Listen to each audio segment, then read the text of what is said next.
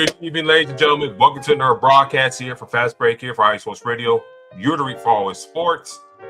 On tonight's show, I will have Carolina Insider for IE Sports Radio, Neil, joining me momentarily. Talk about Duke, North Carolina, talk about the game, and talk about both teams' chances in the postseason, ACC and NCAA. So we'll dive into that when he hops on. Also, we talk about the bubble. Who's deserving to stay on the bubble and who should be already jettisoned out the bubble? Looking at y'all, Auburn. I'll discuss that on tonight's show as well. Plus, Jayson Tatum back in the fold of things for Boston. Why I think it could be good for Boston, but I have my hesitations. I'll dive into that and much more here on tonight's show here on Fast Break here live on IE Sports Radio. You're the forward sports, and I'll catch you on the other side after these messages.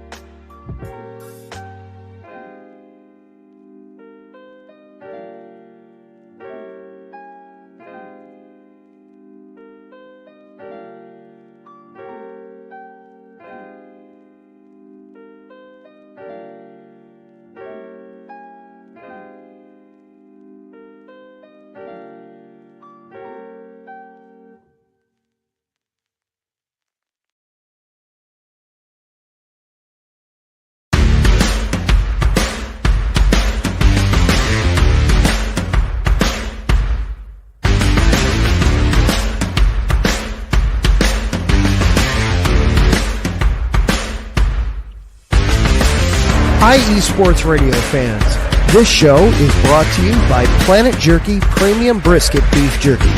Planet Jerky is the official jerky of the 2022 California League champion Lake Elsinore Storm, Single A affiliate of the San Diego Padres.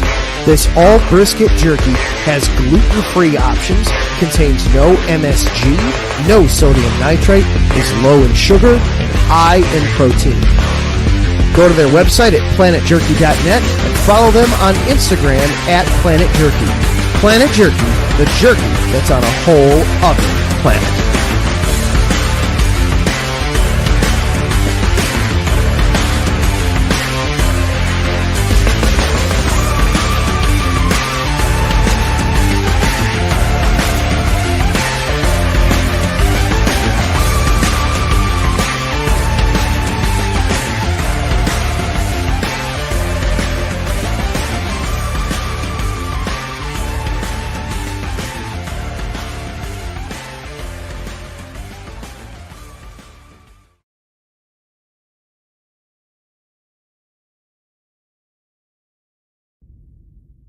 Rise and shine. It's 4 a.m. The stars are still out. The sun is beneath the horizon, but it's time to punch in and go to work. The comfort of your warm-ups turns into the grinding out of your reps as the clinking and the clanking of the plates create a symphony of euphoria. There's no other feeling like it. Earn it, burn it, and take what's yours. IE Sports Radio has proudly partnered with Vital Apparel, a brand that not only fits great, but also promotes and donates to mental health research. Use our code IESR to get 15% off their comfortable and inspiring gym wear and help them on their amazing journey to support mental health. Go hard, take part in your iron therapy, and be strong. Because when your mental health is as strong as you are, there's no telling how far you'll go.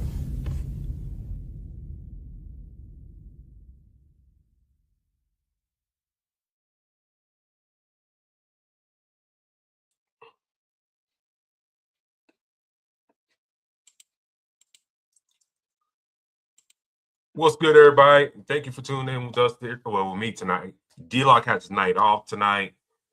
He'll be back with us next week. But it's going to be a nice, fun show for y'all here tonight. Here for Fast Break here for IE Sports Radio. You're the for sports.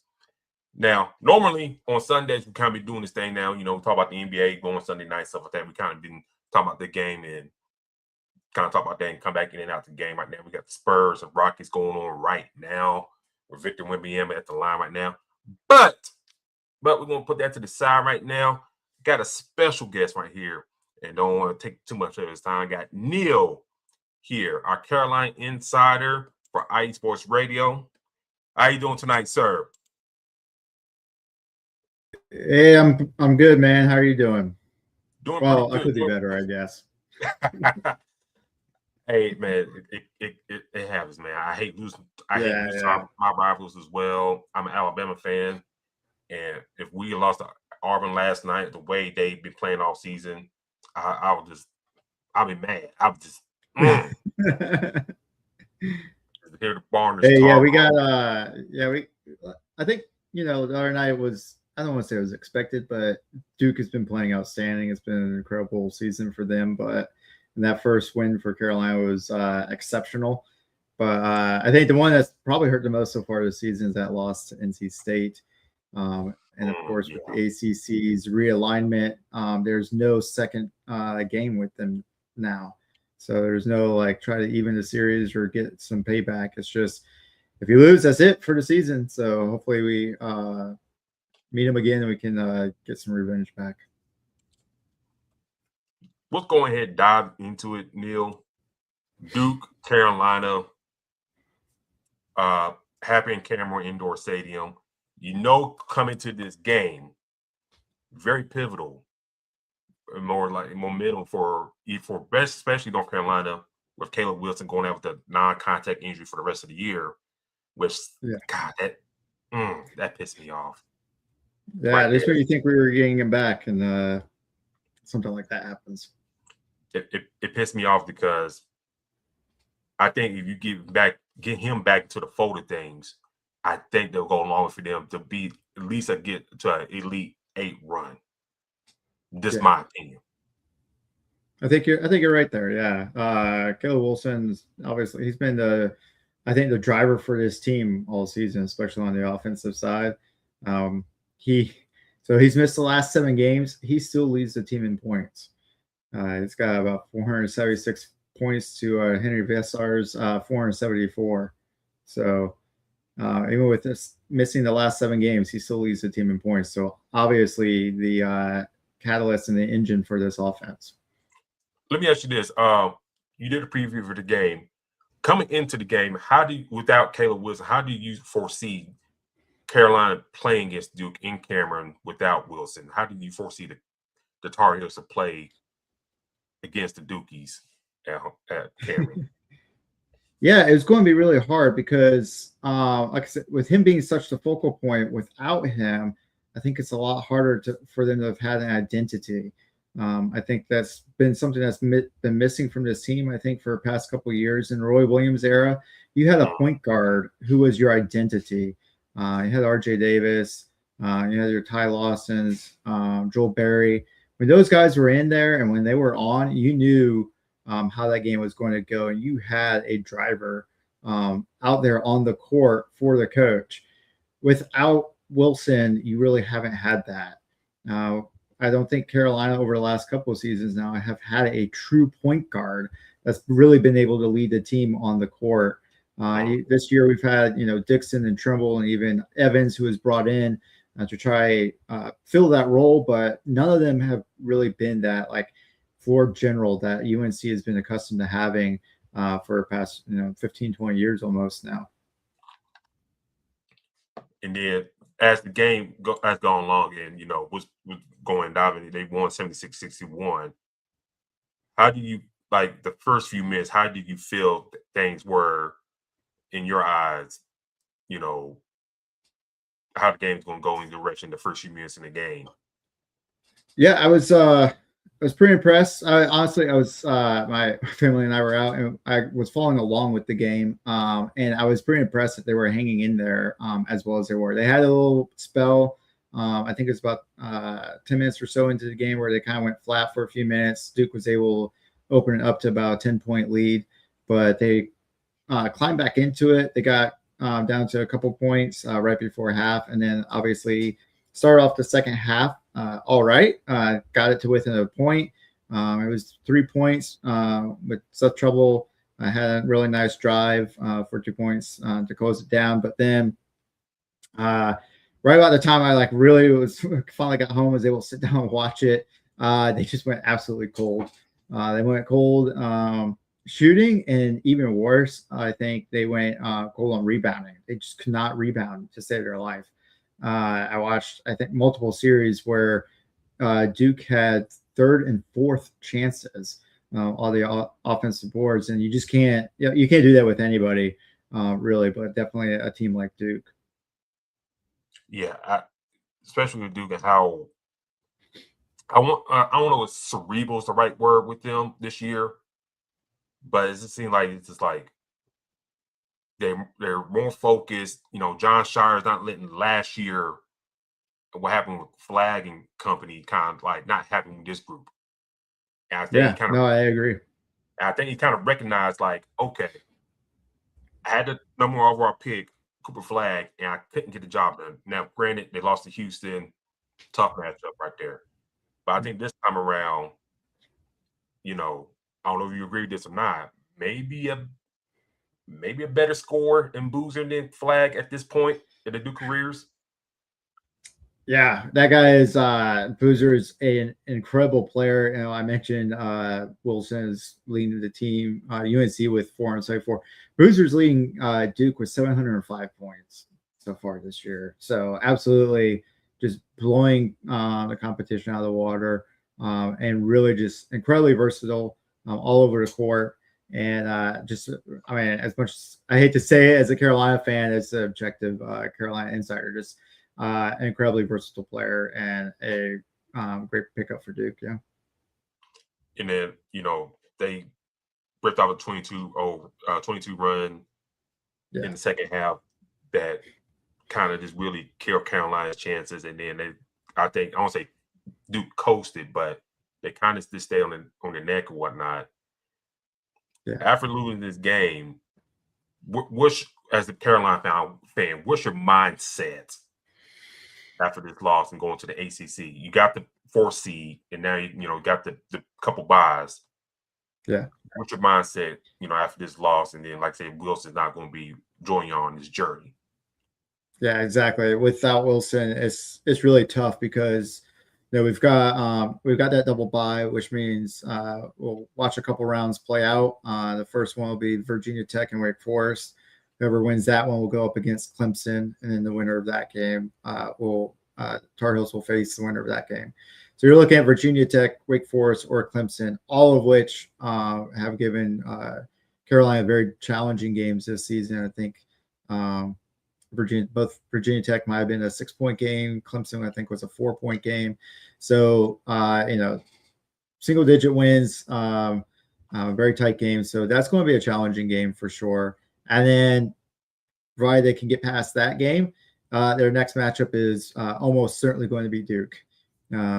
Duke will play the winner of Florida State or Cal. So most likely, and so we'll match up right again with Duke in the semis. So it's going to be a tough road ahead for Carolina to get very far in the ACC tournament with Duke. They're like basically their second round opponent. They're going to obviously have to play a lot better than they did in the second half last night. So let me ask you this. Okay, I'm looking at the bracket right now, and then you mentioned Virginia Tech, Wake Forest, which I think Virginia Tech should squeeze out that win. And then, like I said, you got the Clemson matchup winning right there. And then, if Clemson wins against that either Virginia Tech or Wake Forest, and then if Carolina has business against Clemson, how do you see the third matchup going between Duke and Carolina? What can Hubert Davis do different in the third matchup if they meet in the semifinals? What can he do different to kind of put his team over the hump against Carolina? I think we're going to have to really work to establish that presence down low, especially with Visar. He's had his moments this season, but I feel like when it's come against some of the stronger competition, particularly Duke, either takes him a little bit of time before he can get going, or he just kind of misses out totally. First matchup against Duke, he was non-existent in the first half. Fortunately, he came on in the second half, started playing a lot more aggressively, was able to hit the boards a little harder, and baskets started dropping for him. So I think you really got to get Visar in the paint and really contributing.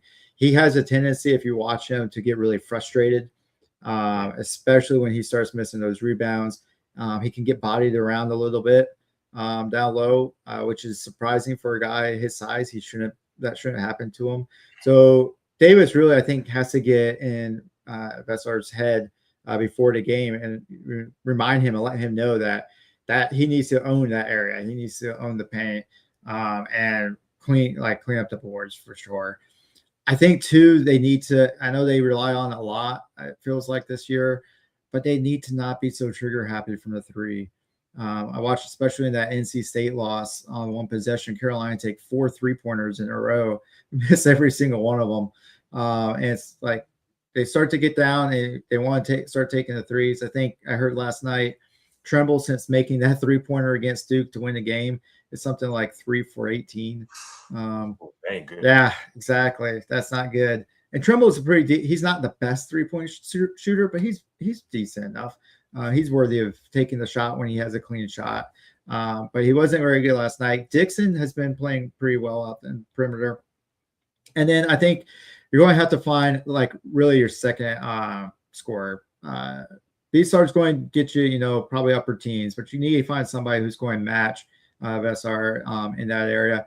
I think Bagovic, if you can get him really going, he could be a person who can contribute there, but you're just really going to have to, I think you're going, like I said, establish that presence down low, get a better rebounding advantage. I think this last night, 42-29 in favor of Duke, 18-5 on the offensive board. So, like I said, multiple possessions where Duke just like dominated the Tar Heels down low. And then get another scoring option outside of SR. Because if you can shut him down, you got a good chance to shut down the rest of the Carolina team. Yeah, the Carolina Duke matchup, 9 for 24 for 3-point land for Carolina. That's not great. And then you only go to the free throw line 4 times.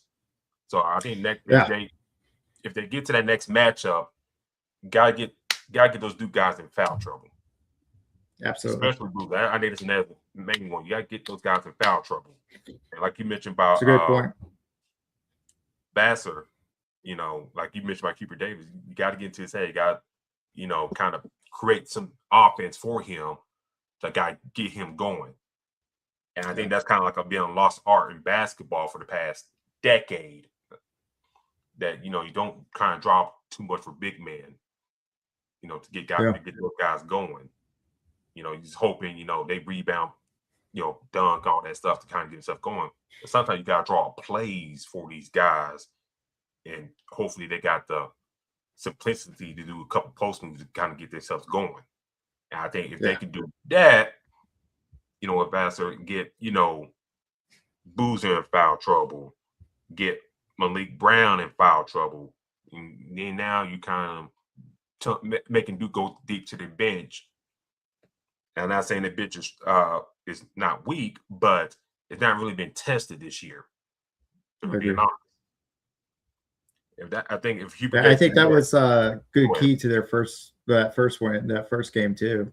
Like I said, if you look at the stats there like that, like I said, the free throws, that stat was switched in the first game. And you could, claim a little bit of that home court advantage there and the way the refs call the game. But maybe on a neutral court, we'll see a little bit, see it kind of even out a little bit more. But, yeah, get to the foul line a lot more. And then, Jared Stevenson, he used to be an Alabama player. I think if he can realize the potential that a lot of us saw in Alabama, I think that can go a long way for Carolina. I watch him, Carolina from time to time, I watch him. Still ain't real progress. He still hangs out in that corner in 3-point land. There's like no progression. I was like, damn, dog. 6'10", top of 4, I expect a little more out of you, but Yeah. this really haven't materialized yet. What do you think is hindering his progress to kind of be more this role player in a sense? It's a good question. I think I feel like that kind of thing has happened a couple times now under Davis, where you get these kind of who you would expect to be kind of a role player on the side. So you have your like main guys, so like Caleb Wilson this year, or Davis last year. But then when you get your like supporting player, what I like kind of refer to as your supporting players, who you want to come in and give some good contribution, either off the bench or like just when things kind of slow down a little bit. Those guys really haven't, I feel like, materialized as much, especially since that first season with Davis when Carolina made that championship run, where you had like Brady Manick, who had come in from kind of like out of nowhere. I think people have been really looking for that transfer again, who can kind of come in and do that and really ignite the team, contribute from three, but also down low. And I don't know what's been since then, but we really haven't had that happen. We brought in Van Lupin last year, and he didn't really fill that role, and now he's over at NC State. So I'm not sure what's happening, if it's a coaching thing or what's going on there, but it's probably part of what's contributing to, even though Carolina had a pretty strong season this year, 18-0 at home, they'll be back pretty solidly in the NCAA tournament. People are still like looking for Davis to be fired and be replaced.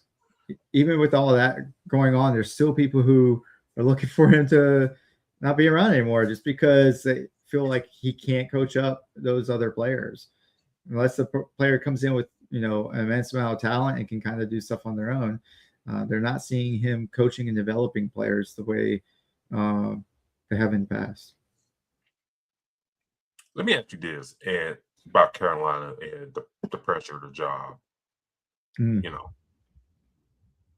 Let's just say this: if Hubert Davis kind of like have like a rough season next year, which I don't think will happen, but if he does, do they give him another year, or they kind of let him go and find somebody else to kind of right the ship that type of way? I know he's Roy's guy. Roy put him in that spot, but you and I know in college sports, like certain jobs, the fans don't have a lot of patience for it. And North Carolina is one of those jobs. So your eyes, I think, what do you think? Yeah, I think now more than ever, especially with NIL, it's going to come down to the dollars. Like, are people going to start to threaten their booster dollars coming back into the program? Carolina's in general has tried to put a lot into beefing up their football program, because they know that's where a lot of the money is at these days, and that's how colleges have to make money to be able to attract players. But for Carolina, it's also a lot about basketball, and that's where a lot of the boosters and donors are at. And if Carolina basketball is not living up to their expectations, we're talking about the people like, so I'm not like that young, but a little bit older than me. Like, you're starting into like your 50s and 60s. These are people who are like well established and have the funds to contribute and kind of support this team, this university. Those are people who remember, definitely the Roy Williams days, but the Dean Smith days as well. And they know what it's like to have a Carolina team that's steamrolling the ACC, that's, basically doing what Duke just did this year, what they did last year. When you're playing the like bottom tier of the conference, you're expecting double-digit wins. I know when I first graduated, we were entering the Roy Williams era, we were getting those double-digit wins over the lower teams. That's not happening anymore with this team. They're fighting, and when on the one hand, you love the fight and the grit that they put up against some of these teams, but on the other hand, if you're a Carolina traditionalist, and that's the way things are in North Carolina a lot of the times, if you're a Carolina traditionalist, you're expecting double-digit wins against the bottom half of the conference and competitive, strong wins against the top half of the conference. If you're not getting that, you start to threaten to withdraw your money. I think that's what's really going to put Davis on a hot seat faster than anything. Especially when now you've got all this talk about if they want to renovate the Dean Dome or build a new dome altogether. And then my co-host, D-Locke, he worked at the University of Pitt as an assistant track coach, and he tells me, like, we talk off the air, just give y'all a little peek down the door. He talks about, what the AD up there now talks about, like the main three things he's focusing on, like football, basketball, and women's volleyball. Everything else, if y'all good, but if y'all not, we got to take some things up. And with the them being the ACC and the way Pitt's been going, they probably making any change there. And then if you're Carolina, you got to find a way to kind of stay there and whatnot. And I think another good sign is getting Miles Smith, Kenny Smith's son, committed to your program. I think that's another good sign, to kind of keep things going and the legacy going as well. Before I let you get out of here, 2 questions for you. How does Duke win the ACC tournament first? Okay. Yeah, I think you keep doing what you're doing and you get Cameron Boozer in there. You mentioned Isaiah Evans too. You mentioned too Malik Brown. Those guys. I feel like every time, and this is what I was talking about before with Carolina. Every time you get one of those guys who kind of, I don't want to say slumps, but kind of cools off a little bit, one of those other guys steps up and gets hot and keeps it going. So you don't get, essentially what you had for Carolina last night, where a 6-minute drought, a 4-minute drought. You don't get those droughts with Duke because you've got one of those guys who's going to come in and, if you try to push out and guard a perimeter and stop the 3-point shots, I'll drop it down low and tear you up from there. I mean, try to take that away, they'll just go into transition basketball, and you got Cameron who's like amazing up and down the court. And so really, just like you said, very cerebral, very focused, and very just well thought strategic mindset from Duke right now, making sure that they are focused throughout the entire game. They don't lose sight of what's at the end. I think I don't want to say they'll walk away with this tournament, but it's going to be a real challenge at this point to kind of knock them off that pedestal. And one more question for you. Yeah, man. I know you're a big Carolina fan. I kind of want to say this question for last. Carolina wins the ACC and the NCAA tournament by doing what? I know it's loaded right there. Repairing Caleb Wilson's right thumb. Fix that right thumb. That's going to be hard. So if you can stop Duke on that second game, they've got a shot at this ACC tournament. They've had a good shot at all these every other team in the ACC. They've taken down the likes of Kansas and Kentucky throughout earlier in this year.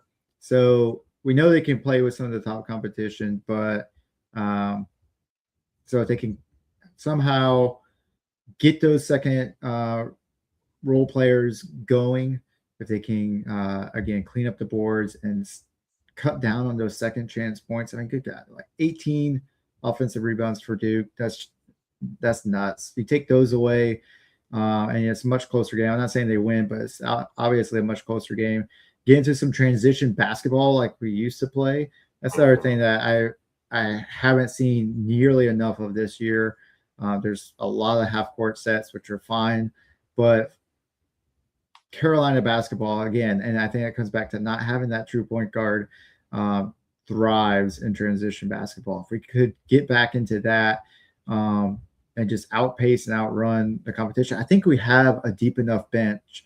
We're not spectacular on our bench, but there's a deep enough bench that you can rotate players out and wear down your competition. If we can get back into more of a transition style of game, I think that would help.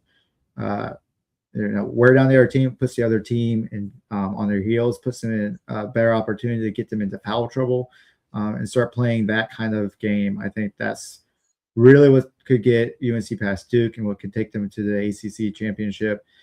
And then you're going to have to kind of continue that momentum and build on it into the tournament. Well said. Well said. And depending, how the draw happens in the NCAA tournament, we'll see how that shakes out with Duke, Michigan, who won today, UConn, and Arizona kind of potential number one seeds. We'll see how Duke shakes out, how those teams shake out in the number one seeds and how North Carolina falls between one of those regions there. But ladies and gentlemen, Florida too. Oh, Florida, yeah. A lot of contenders for number one seed. So wait to see next Sunday how things shake out. But ladies and gentlemen, our buddy Neil here, Carolina Insider for IE Sports Radio. Thank you for tuning in with us tonight, sir. Yeah. I greatly appreciate it. We got to do this again. Thank you so much. I had a great time, man. This was good. Yes, sir. Thank you. I appreciate Neil coming to the show tonight. Great talk about Carolina hoops, all that good jazz. And very interesting, what's going to happen between Duke and North Carolina come this postseason. So it's going to be very fun and all that good stuff. But after this break, on the other side of things, we're going to talk about the NCAA bubble talk, kind of peep in this Houston-San Antonio game, and then, talk about Jayson Tatum. Is it a good thing, bad thing he's coming back so soon for the Achilles? I'll dive into that. But this is Fast Break here, live for IE Sports Radio. Your for IE Sports. We'll catch you on the other side.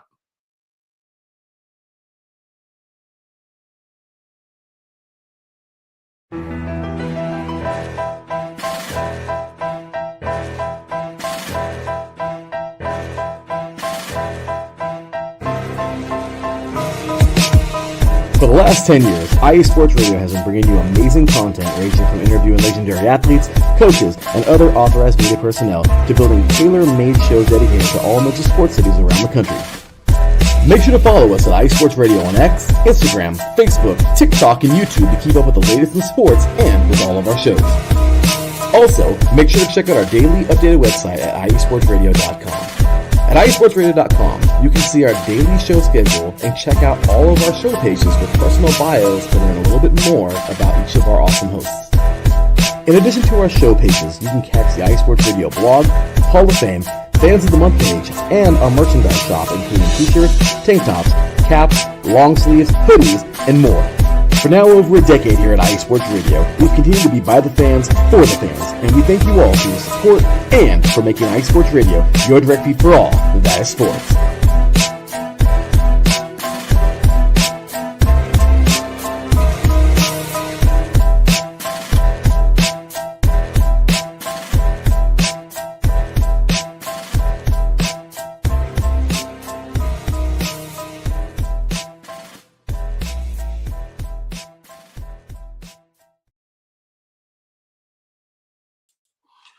And welcome back to the show tonight. To the show broadcast. Thank you for joining us tonight here, ladies and gentlemen. Special shout out to Neil, our Carolina Insider for IE Sports Radio. Did his thing tonight. Talked about Carolina Duke from last night, and also talked about, kind of both teams' odds, especially Carolina. He's more of a Carolina fan, and talk about Carolina's, odds of the ACC tournament. Also, what they got to do to win the national championship without Caleb Wilson, who's a top 5 projected pick in a loaded freshman class, I must say. That's, working on a mock draft as we speak. It might be my first one. I probably do 2. One here soon and one before the draft. But Caleb Wilson will be in my top 5 in my initial first draft. And just really hard to decipher everybody right there. But to the chat, Marcus Los Great, he's in the chat talking about the Dukies. I should have brought Marcus in the show and had them go back and forth. That'd be a good idea. But Marcus is a big Carolina fan. Also, Boston fan. We'll talk about Jayson Tatum here in a little bit. Also, you're talking about Duke winning the championship this year.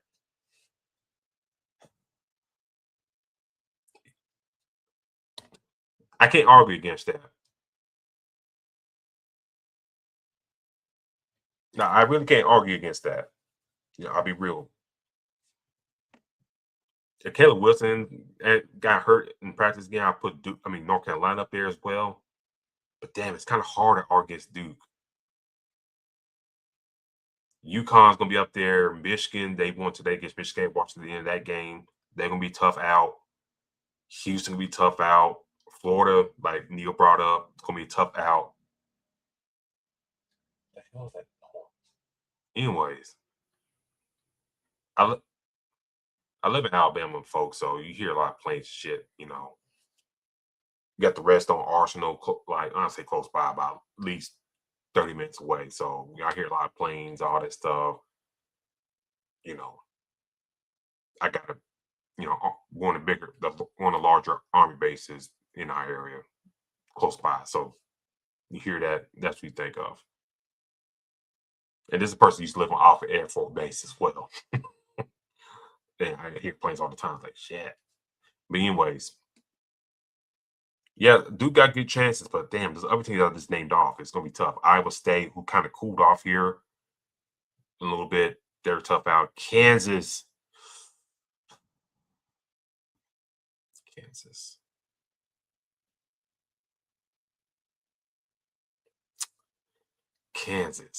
Damn. It's like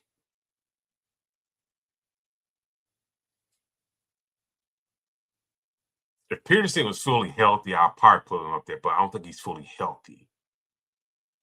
And that's the crappy thing. I don't think Darren Pearson is fully healthy. So I can't put Kansas there as well. Who's we got right here? Texas Tech. You could put them in there, but JT Toppin, without him there, tough call. So, besides those teams, Virginia, I just don't see it from Virginia this year. So we'll see. But, and also you brought up we talked about Herbert Davis, it should have been fired last year. We'll see. I'll say this as an Alabama fan about Hubert Davis in that job. If they let go of Hubert, I think they will go after Nate Oates, North Carolina. I think he's cool where he's at in Alabama. But I think two schools kind of monitored by Nate Oates down the line here is Kansas and North Carolina.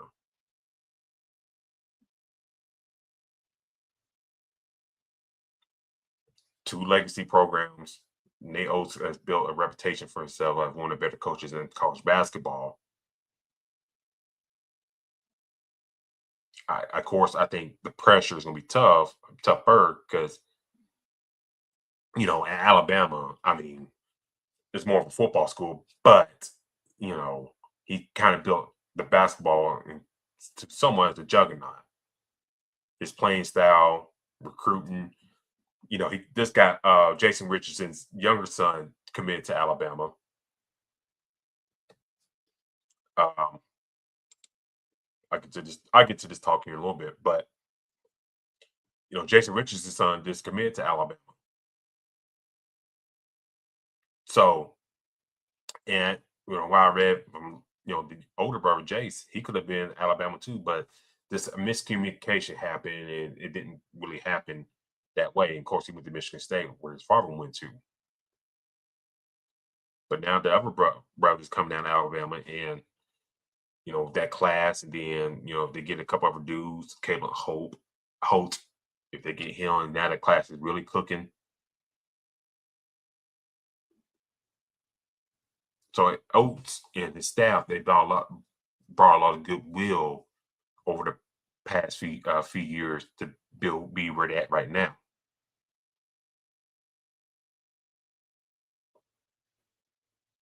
So Davis should have been fired? It's tough to say. And like I say, you fire these guys, who are you gonna go after?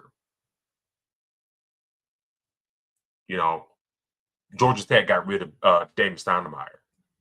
Who are you gonna go after? Who are you gonna get to kind of, cultivate the Atlanta scene, the Georgia scene? And think about that Georgia scene. You got a lot of kids that transfer in for out of state to kind of play for your prep programs there. Can you come in and build goodwill with those schools to get some of those kids come to your school?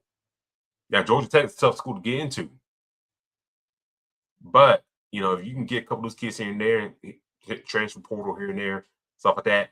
I did read some things that the NIL is not the best for Georgia Tech athletics, and that's got to get better. But if you can find the right guy to kind of cultivate that Atlanta and then the Georgia State, I think that Georgia Tech can be the good job to have the ACC. And like what Neil we talked about when Neil brought up, if you stay top in the conference, beat the lower ones, then you're good. Of course, yes, win national championships and go deep in the tournament. You can do those things. You can stay up top for a while. Like if you get a job at ACC, think about this. Go back to this comment here. If you get a job in the ACC, you got to worry about Duke, Carolina. That's the two main ones. Duke, Carolina. And after that, it's up in the air. Louisville, you put the next level down. Then after that level there, it's whoever. Virginia, Miami, shout out to John Lucas. He's doing a great job with Miami. That brother's done a good job with Miami this year. Hats off for him. Hope he gets ACC Coach of the Year. But, Virginia, Clemson, we had a good run a couple years ago. NC State was just in the Final Four a couple years ago. Can that Weasel Will Wade get them back up to prominence? Florida State.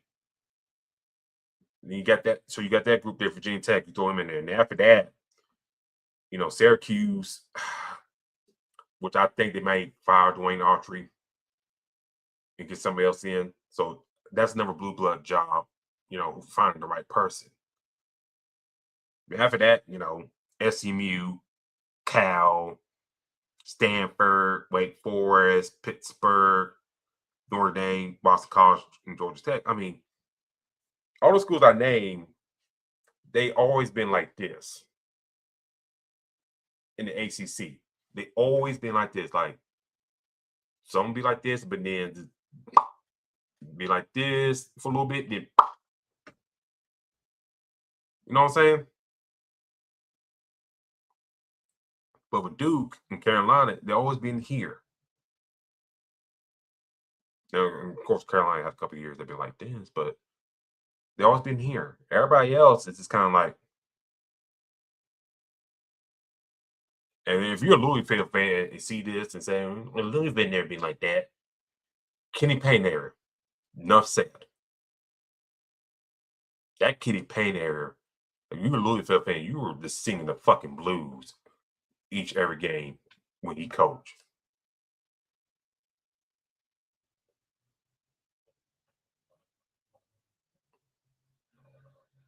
So I got the ACC standings. I'm looking right here. Duke, Carolina. If you're top four there, split the season series or win the season series, you're set.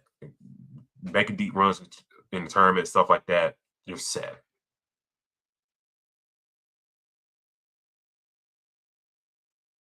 You know what I'm saying? You're set.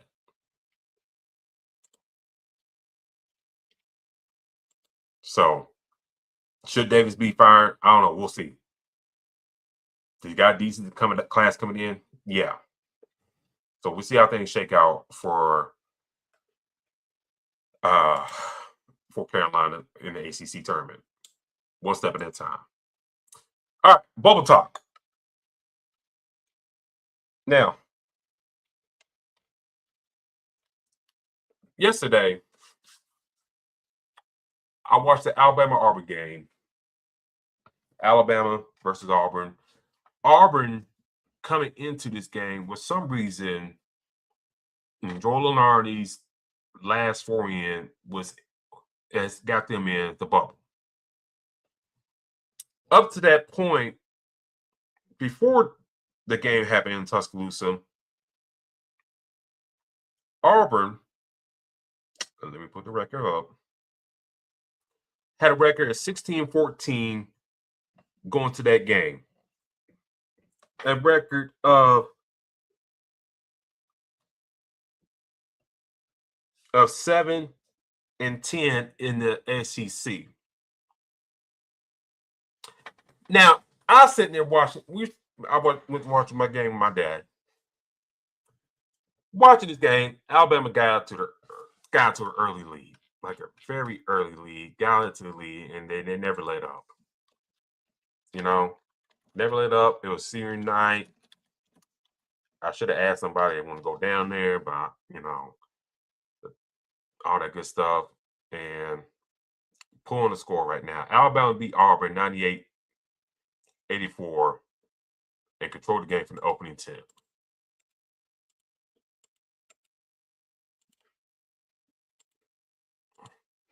They won 96-84 in Tuscaloosa, which probably should have been a lot worse, but they kind of let them in it in the second half. Alabama opened from 6 for 6 from 3-point from the field. 3 of them by LeBron Thylon. The Tide pushed the lead to 28 points early in the second half. Auburn, Overton had 24 points, 4 threes, kept Auburn competitive late. Petford, 19 points, aggressive all night. Why Alabama won this game? Turnovers. Put my stat up here.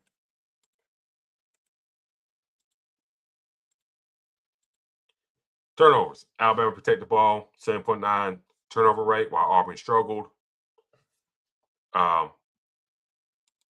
Alabama was on offensive glass very well last night, dominating second points chances. And to bring up the record here,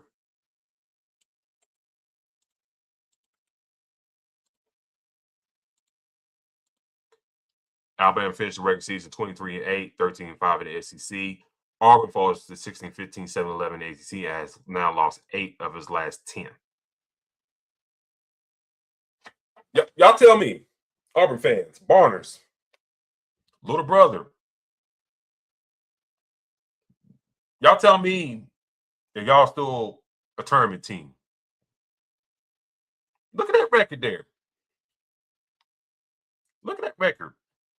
Y'all can't tell me Auburn is still a damn tournament team. You can't tell me.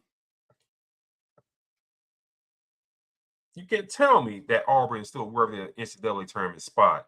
Of all these other mid-major schools having a better season than them.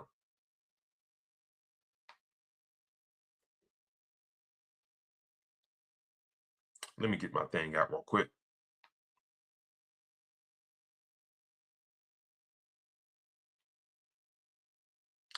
But you can't tell me that Auburn is deserving of the NCAA tournament spot.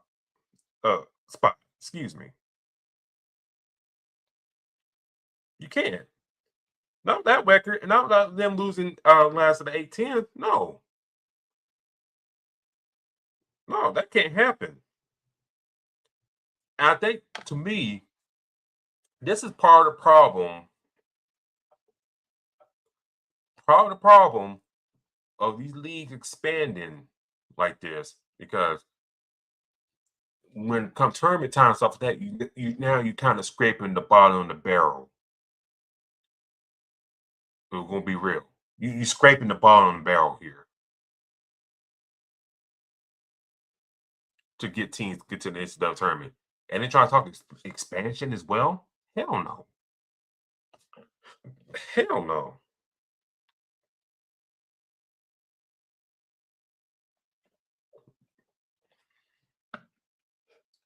Like, yeah, if y'all seen this, 7-11 SEC lost 8 of the last 10 in the SEC, excuse me. You can't put that team in the tournament. You can't. And, we talking about the bubble or whatnot. I said it on the show last week. If Cincinnati, wins their match against BYU, which they did, I think it put them more better odds. Now, they had to win against TCU, which they didn't win against TCU, but, they had a decent showing against TCU. I still put them in the bubble way ahead of Auburn.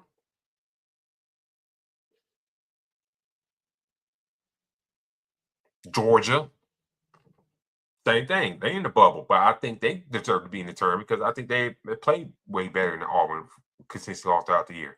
I don't want to hear about no quad 1, 2 shit. I don't give a rat's ass about that. Because if we're going to look at schedules and stuff like that, let's look into them. All right, looking at Auburn real quick. And let's just go back to the beginning of the year. They start off 3-0. They beat Bethune-Cookman by 5 points. They beat, God, what school is this? The Merrimack Warriors, who are 23-10, by the way. It's pretty handily. Wolford, pretty handily. Then they lost to Houston by 1 point. Beat Jackson State. Beat Oregon, who Oregon fans, I don't know what they're going to do with Dana Altman. Dana in the late 60s now. I think they may give him another year, but I don't know what y'all going to do with Dana Altman. I'm talking about a person that has met Dana Altman in the past in his youth. Great guy. But I don't know. We'll see. Lost handling to Michigan. They beat St. John's. So you come in at that first part, okay. Lost the one to Houston. Beat Oregon, which is a team that don't look at your resume now. Lost big to Michigan. Okay, now potentially number 1 seed. And then lost to you beat St. John's. Okay, team that's going to make the tournament. Flip the calendar to December. Beat NC State, a team that on the bubble with you, but probably a better resume to you. Lost to Arizona big. Okay, team going to the tournament. Okay, beat Chattanooga. Okay, did your business. And then lost to Purdue, team going to the tournament as well. Then, you beat Queens to finish out the year. And for some of you, I don't know, familiar with Queens is a university out in Charlotte, who's, I think first couple years now in the NCAA. They beat them and they made the tournament. The men's did. So shout out to them. And then you get to SEC play. You start off the gate, lose to Georgia, Texas A&M, excuse me. You beat Arkansas, part of the tournament team. Lost to Mizzou on a bubble like y'all. Beat South Carolina, beat Ole Miss, and you beat Florida. Big time win. You beat Texas, another team's on the bubble. Then you lost to Tennessee at the end of January. So in that little stretch right there, not bad. 4 losses, beat Florida, you beat Arkansas. beat Texas, not bad. Not bad. The losses you had, not the worst losses in the world. Flip over the calendar February. Lost to Alabama at home. Lost to Vanderbilt at home. Lost to Arkansas on the road. Lost to Mississippi State on the road. And Mississippi State, the past few games for them, they just catching a beat down, in which I don't think Chris John survives after the SEC tournament. You beat Kentucky at home, but then you lose to Oklahoma, that another team's on the fringe. You lost to Ole Miss, teams below 500. You beat LSU, who had a strong game against Texas A&M yesterday, and then you lost to your rival Alabama. Now, if you're Auburn,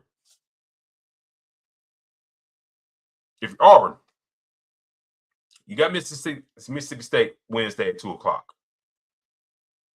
in Nashville. Mississippi State has been the drizzling shits, excuse my language, for the past few games.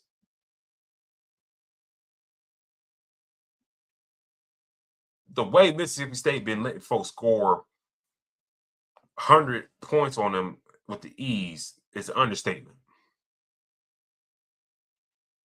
If you cannot manage to score at least 80 points against Mississippi State this upcoming Wednesday, I don't know what to say about y'all. If you at least score 80 points against Mississippi State, that'll still keep you alive in the bubble, in my humble opinion. But if you cannot beat Mississippi State, then y'all done. Y'all NIT bound. Ain't no argument about quads and all that stuff. Y'all lose against Mississippi State, y'all done. Just put a fork in it, y'all done. You know what I'm saying? If Auburn cannot beat Mississippi State, come Wednesday at 2, game tips at 2:00 my time, then they done. They ain't making a tournament. And look at the teams right here: TCU, Georgia, BYU. Well, BYU's not a bubble team, but Stanford. Some people got St. Mary's on the bubble, which I don't think they're a bubble team, in my opinion. But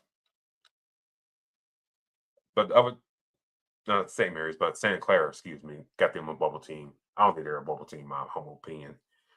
Ohio State, that's a tough one. It depends how deep they go in the Big Ten tournament.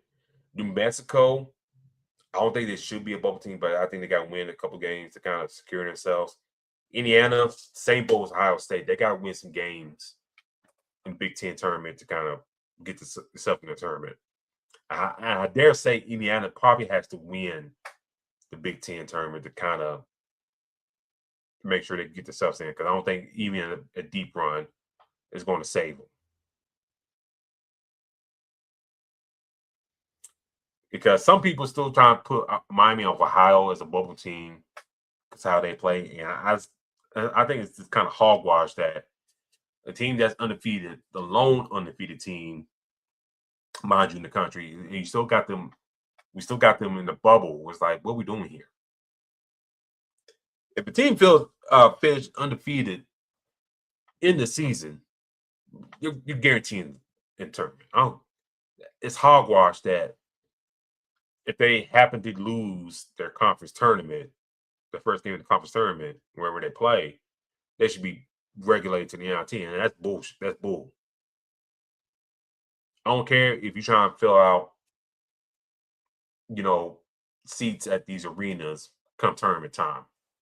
I don't care about that. The teams that deserve to get in deserve to get in. They play who they play in. Now, the MAC, 3 coaches have been fired this far, and then if I pull up their standings real quick, I think the Northern Illinois coach is gone. I think Western Michigan coach is gone. Ball State is gone. So you got those 3 jobs gone. Then the Miami, Ohio, that coach, the guy's name in front of me, but I think he's a possibility getting a high job somewhere else. So he could possibly get gone. The Akron coach, he's 17-1 in conference. He could be possibly gone as well. And then you look at the MAC, 3 teams win 20 games in the conference. I mean, this year, all above 14 points. Why are we not talking about these teams? I know the MAC's kind of weakened, but why are we talking about these teams as potential bubble teams? That's 3 strong teams right there. So I just kind of hate, devaluing these lower conference teams just for the sake of things. You know what I'm saying?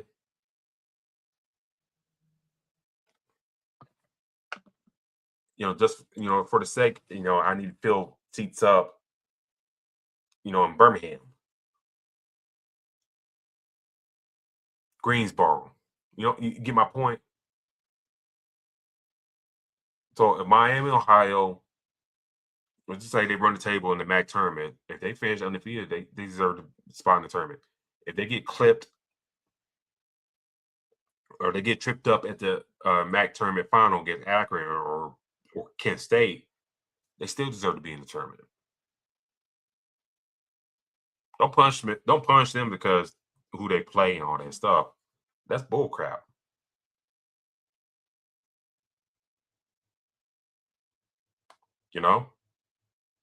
That's bull crap. And it's going through their beginning season. They beat Air Force, Old Dominion.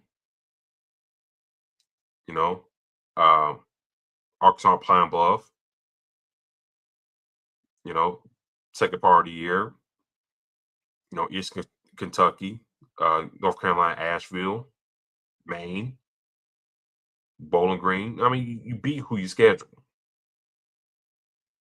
Could they maybe scheduled a one of the big time conferences in there in the mix in there? Yeah, they could have.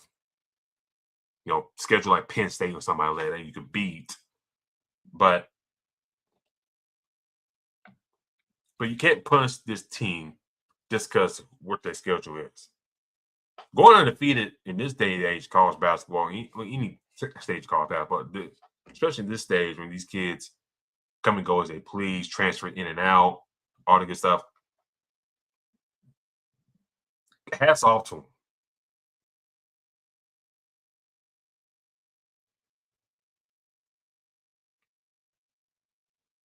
It's tough. We're going to come see this offseason, a lot of changes going to happen. And if you can get a makeshift of guys kind of come in and be dirty on 1-0 thus far in this year, that you're very successful as a coach. And speaking of coaches and whatnot, and talking about the NCAA bubble, I got to talk about this. I got to talk about the Tennessee Lady Vols.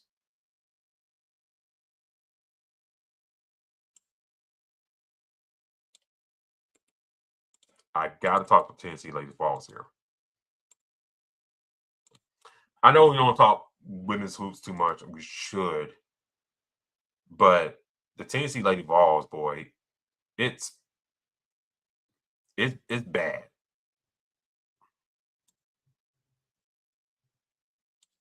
It's bad. And if you're a Tennessee fan,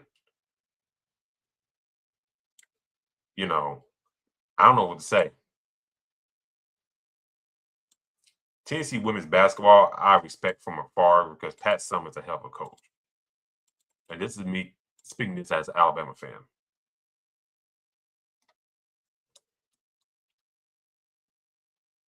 Let me get this up here. So this is the latest losses here.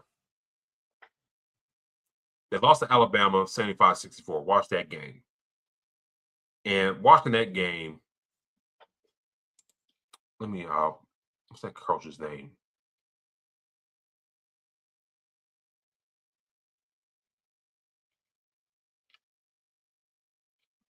Kim Caldwell, I believe. Let me make sure I got that right. Yeah, Kim Caldwell. Kim Caldwell, 37 years old, returned 38 later on this year in November. Kim Caldwell has rose up the ranks. She started out as a coach at Ohio Valley as assistant, then went out to Sacramento State for 3 years, and then coached at Glenville State, where she played at for 7 years before she got the Marshall job in 2023.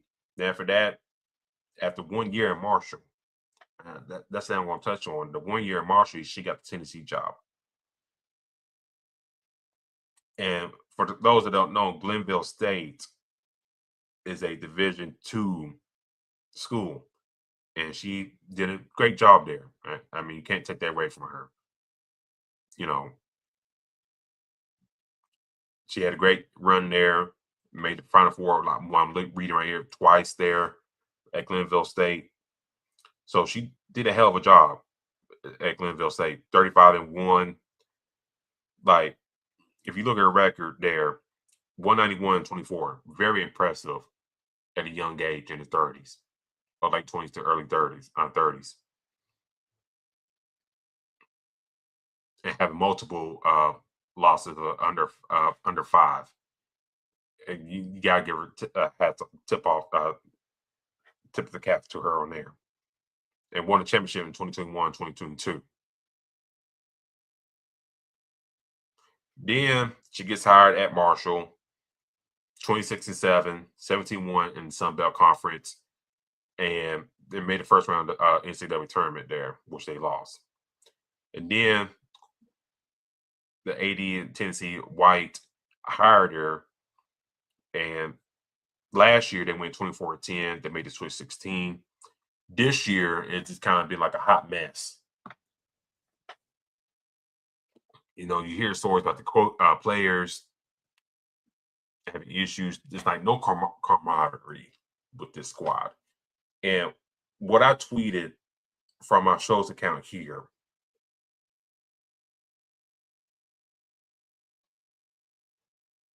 let me see if I can pull it up.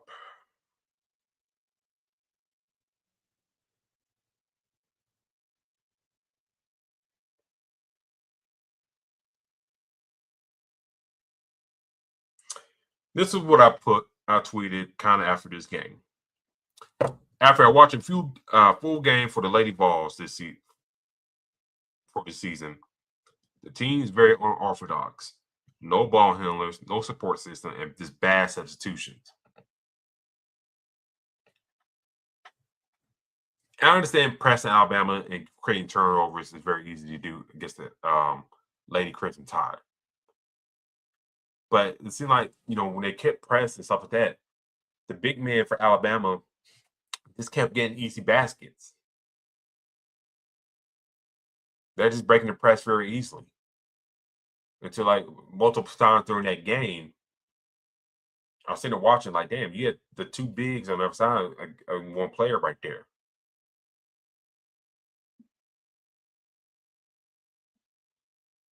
Like, Bama would break the press, get the ball to the half court to the forward on the other side on the court, and then that back player for Tennessee is going at Lady with the ball, and then all she does is turn around and flow it to the post player down low for an easy layup. And they did that multiple times, and early in the game too, in which they stretched out to the lead to a good point.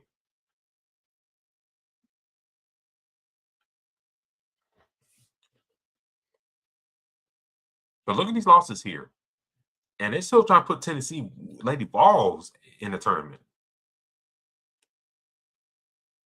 I was sitting there watching for what? Bouncing the first game SEC tournament. Look at the losses there. You can't tell me that's that third tournament team. Talisha Cooper didn't play much against Alabama. I don't know what's going on there. And you read reports that, you know, she didn't hang around the locker room. She was in the bus, all that stuff. That's not a tournament team. I think one girl left during senior day and how things went. But they still got them as a tournament team. I just don't get that. What their record is as it's recording, that the Tennessee Lady Vols is a tournament team. I just don't see it. Especially watching them fully that first time like this against Alabama. I'm like, damn, this is a tournament team? And then the commentator saying, they're saying, well, they got a couple weeks to kind of get themselves together and get ready for a tournament run. Like, no, they're not a tournament team. They're not a tournament team.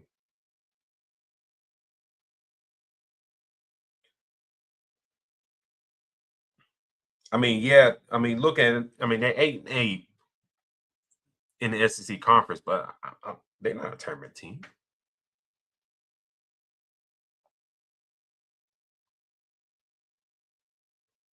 You know what I'm saying? You look at the women's ACC, like that. South Carolina, Vanderbilt, Texas, LSU, Oklahoma, Ole Miss, Georgia, Kentucky are part of your guarantees there. After that, it's a toss-up between Alabama and Texas A&M if you want to put them there. And I know, yes, Tennessee's 8-8, but come on now. They don't look like the tournament team to me.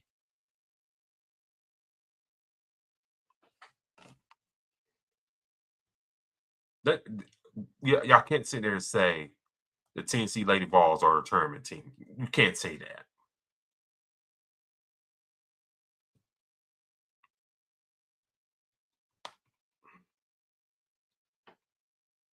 Let me get this out here.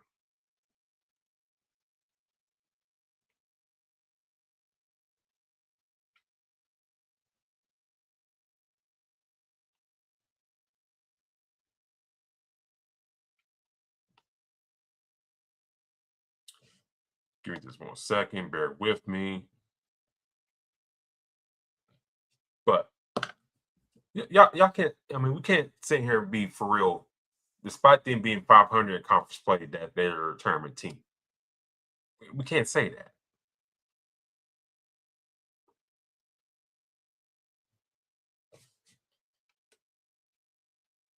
And yeah, I don't care they're like a 6 seed or whatnot. Don't matter. The way they got beat and put out the SEC tournament in Greenville says a lot. The way this team been talked about and how things been going for the year, it says a lot. And I don't think this team is a tournament team. Like, let me show y'all some of these comments real quick. Let me show y'all some of these comments real quick about after this loss to Alabama.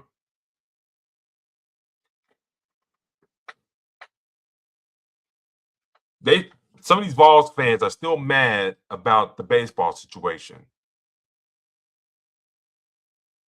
This guy this says, we seriously gave away baseball money and ran off our national championship winning coach for this. And what we just talked about I talked about with Neil and NIL, all this stuff. What me and D-Lock talked about after the show, the budgets and NIL and stuff like that, you're prioritizing a lot of things. I think with Tennessee, football and basketball. Now, where basketball you want to put there, probably your women's, because it's probably been more successful over the men's. The tradition, all that stuff, you got to put it above the men's. But damn, ever since Pat Summitt, retired and unfortunately passed away, the program has been the drizzling shits. You speaking to somebody like, I'm an Alabama fan. Like I said, I expect Tennessee women's basketball from afar what Pat Summitt did. But ever since she retired, it is that been good. And you and your third coach post her retirement at that.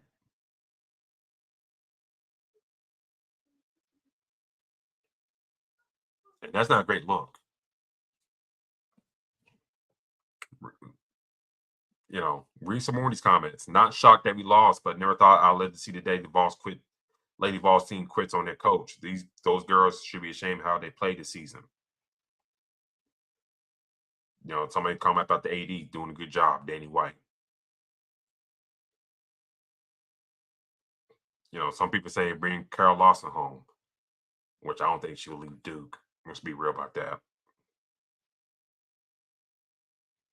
Another fan saying, this is what y'all call doing well. Kim Caldwell's on Lady Vols caliber coach. No effort by the players or coaches, horrible coaching decisions, and she's doing well. Please explain how you come to that conclusion. The lack of effort is absolutely unacceptable for a brand built by Pan Summit.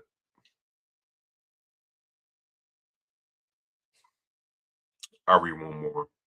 This is just bad. Our AD goes on the radio and defends Caldwell, and this is the product she has given.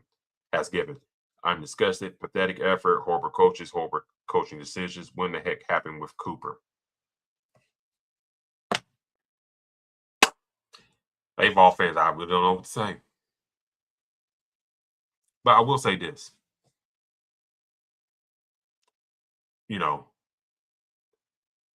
Danny White tied himself with Kim Caldwell. Let's be true about that. He has tied himself with her after 1 year in Marshall. And I just come, Vols fans, if you see this, I just coming from an Alabama perspective here. With Greg Byrne, how Nate Oates was at Buffalo built himself a little success at Buffalo before he got the Alabama job. You know what I'm saying? And now, he took what's left of those Avery recruits, Herb Jones, John Petty, Alex Reese, Galen Smith, and kind of, took those guys and kind of usher in the Alabama basketball we see now.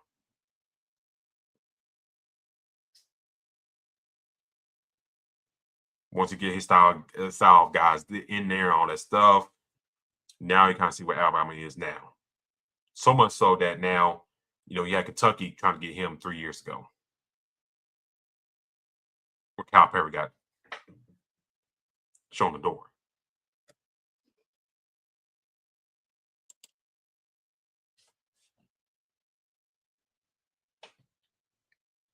With this lady here getting a job at Tennessee and a prestigious job at Tennessee at the 1 year Marshall, I don't think that's a great sign there, because you got to see what somebody does in a higher competition level before you bring them in like that. Men's or ladies, you got to see what they do. Nolan Smith doing a great job at Tennessee State.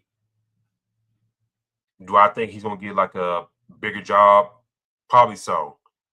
Do I think it's a little too soon? Maybe.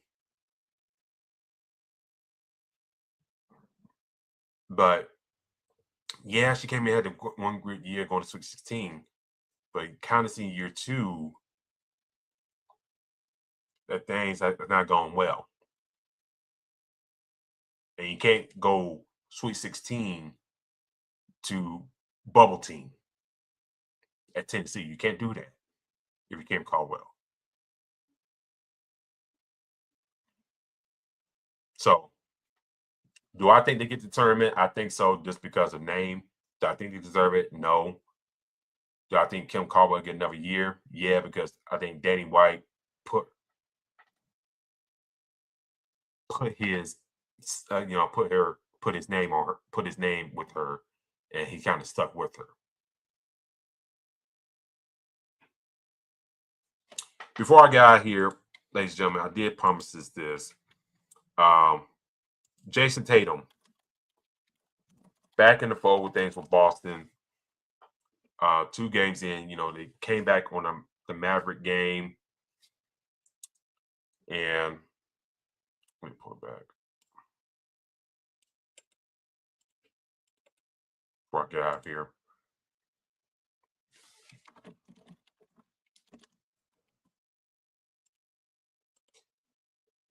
Jayson Tatum is back. He's back after turning his right Achilles in the playoff matchup against the New York Knicks. The Celtics star made his return on March the 6th. And it's already played in multiple games, including the first road matchup against Cleveland, which they won today. His return, pretty major in the NBA circles. And I did a short.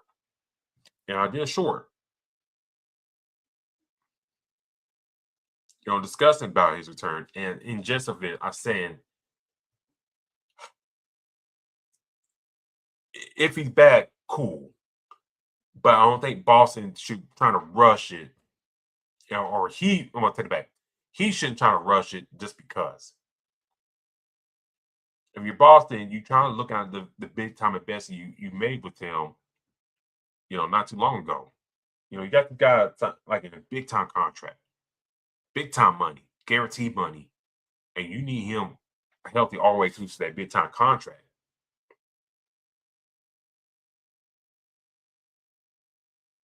And this, in my eyes, hope he ain't trying to rush back. I hope he ain't trying to fulfill some Kobe prophecy that he put in his head. I hope he just determined to come back and play well.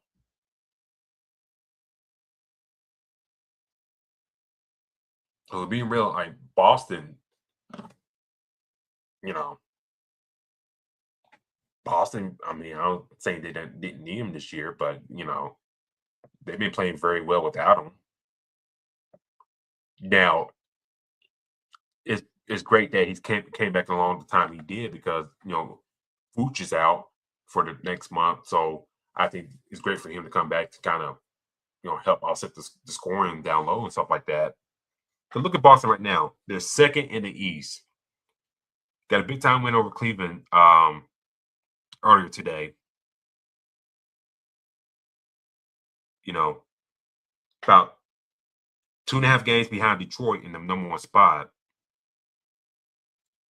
So if you're Boston, Tatum back in the fold, if he's playing well, then the sky's the limit for y'all. In this game against Cleveland, Tatum had 20 points in 27 minutes, 3 rebounds, 2 assists. Jaylen Brown had 23 points. Hauser had 15. Pritchard, 18 off the bench. Baylor Sherman, 60 points, 10 rebounds for him off the bench.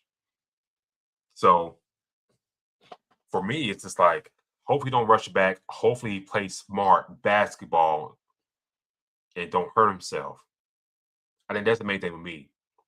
I'm just looking at it more cautiously that he don't hurt himself and really derail his career. That's the only thing I said in the short that was made for TikTok and whatnot, and I'm saying it here. I hope he's not rushing back just to prove a point.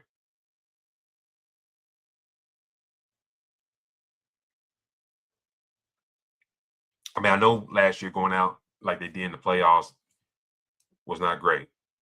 Him tearing his Achilles against, rival New York, not great, especially in the Garden. Not great. The videos, the comeback videos were well done, with his mom, the training staff for Boston. Very well done. Hyped up his return. Very well done. But, so far so good for Boston. They're 2-0 in his return back. Let me make sure I got that right. Yeah, 2-0 in his return right now. Tuesday, they're playing the San Antonio Spurs, who I'm watching in front of my TV, going against the Houston Rockets, with Vassell driving the lane, getting fouled. And San Antonio is up 78-61 against the Houston Rockets. So you go into San Antonio and you're playing a very well-rounded Spurs squad. And then Thursday, you're going up north to play OKC. So 2 strong games back to back with Tatum's return. Hopefully he can play smart. Hopefully he don't exert himself against those 2 squads to trying to prove a point. If he can just play smart, play within the time frame he's given, I think they'll go long to Boston. And also with this Eastern Conference, I think you got to put them in high odds to come out the East. But no setbacks happen and all that stuff. I think you can put Boston ahead of teams in New York, Detroit, and Orlando to come out the East. So if y'all see this clip on the internet, tell me what y'all think. Is Tatum's return too soon? Is this right? Do y'all feel confident that he'll play smartly with this injury behind him? We'll see. All that good stuff. But